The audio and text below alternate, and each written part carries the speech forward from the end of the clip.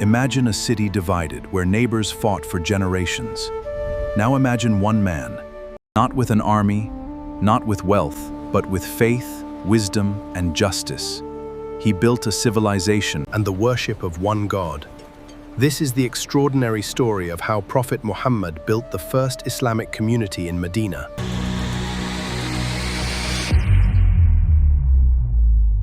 Welcome to This Explainer. Let's jump right into a moment that literally reshaped human history, the Hijrah. After years of brutal persecution in Makkah, the Prophet Muhammad ﷺ finally reached Medina. And the joy was just palpable. We know from authentic narrations that the people waited eagerly outside the city, every single day, just looking for him on the horizon. Men, women, children, everyone gathered to greet Allah's Messenger ﷺ. Because this was so much more than welcoming a weary traveler, it was welcoming a prophet, a leader, a teacher. It was the absolute beginning of a completely new era. But as incredible as those celebrations were, the challenges had really only just begun. It brings up this incredibly profound question. How do you build a civilization from scratch? Because once the initial excitement settled down, the reality of their situation was honestly pretty daunting.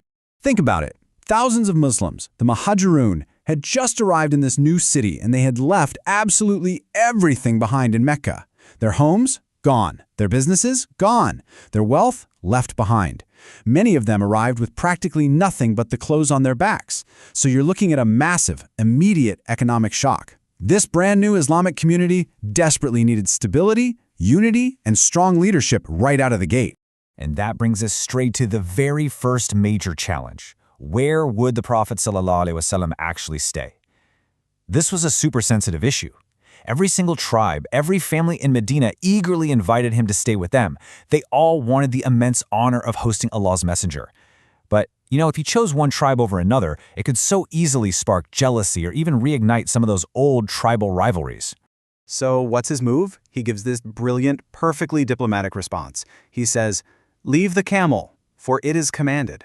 So his camel, Al-Qaswa, just continues walking through the narrow streets of the city, and everybody's watching with bated breath to see where it goes. Finally, it stops and kneels in this open, empty plot of land, owned by two orphan boys. The Prophet ﷺ fairly purchased the land directly from them, completely bypassing all that tricky tribal politics. And what happened on that simple plot of land is truly amazing. They transformed it into Masjid, an-Nabawi. But you've got to realize, this was way more than just a place to pray. The Prophet ﷺ literally worked side by side with his companions, carrying bricks and stones. There was zero distinction between the leader and the followers.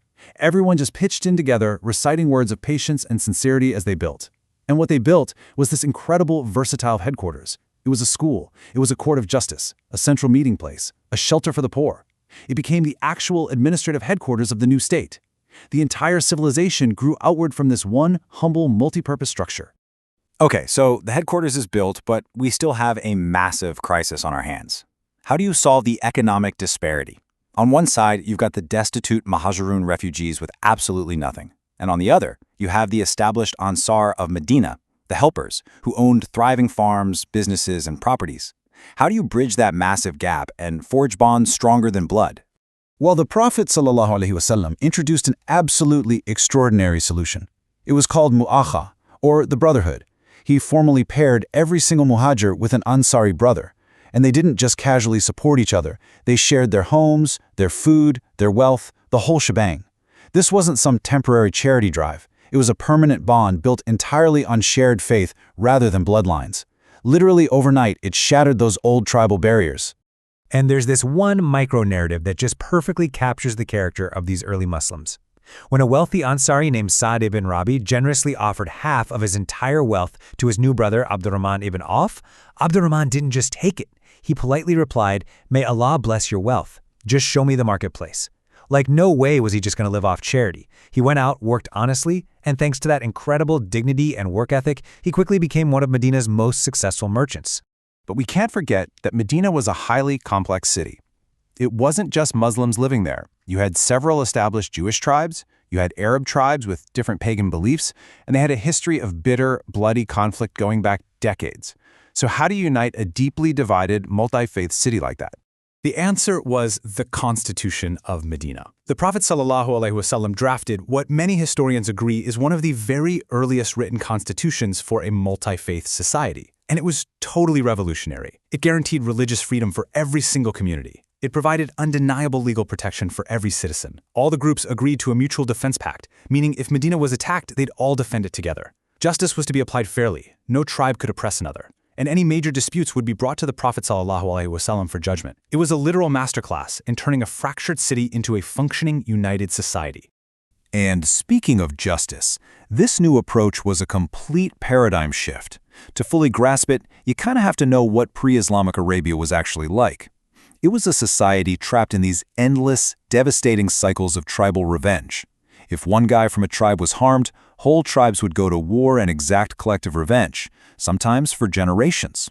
The Islamic standard completely dismantled that old system. The Prophet ﷺ established that justice belongs to Allah and it has to be totally fair. Suddenly you have this concept of individual responsibility, meaning no innocent person could ever be punished for a crime somebody else committed. Plus, the rich and the poor, the powerful and the weak, they were now entirely equal before the law. The Prophet ﷺ taught that mercy is stronger than revenge, and forgiveness is far more honorable than hatred. It was a complete reset of their legal system.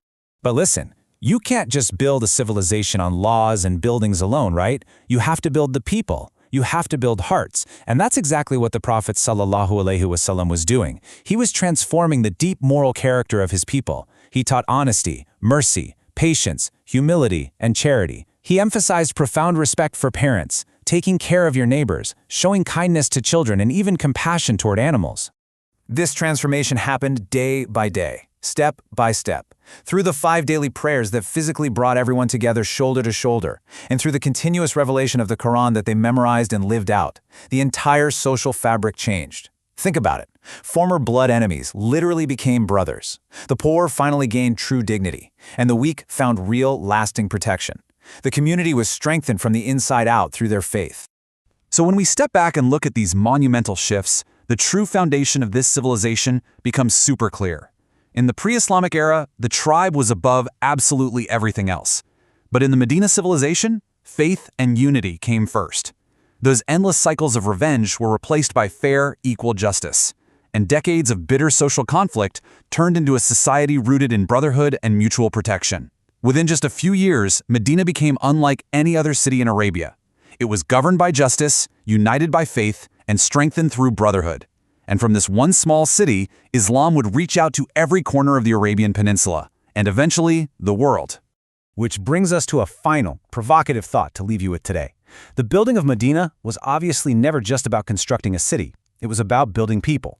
So if a humble mosque and an unwavering commitment to justice could transform a deeply divided city into the foundation of a global civilization, what principles are we building our own communities upon today? Something to really think about. Thank you so much for joining me for this explainer. Keep learning, keep reflecting, and I'll catch you in the next one.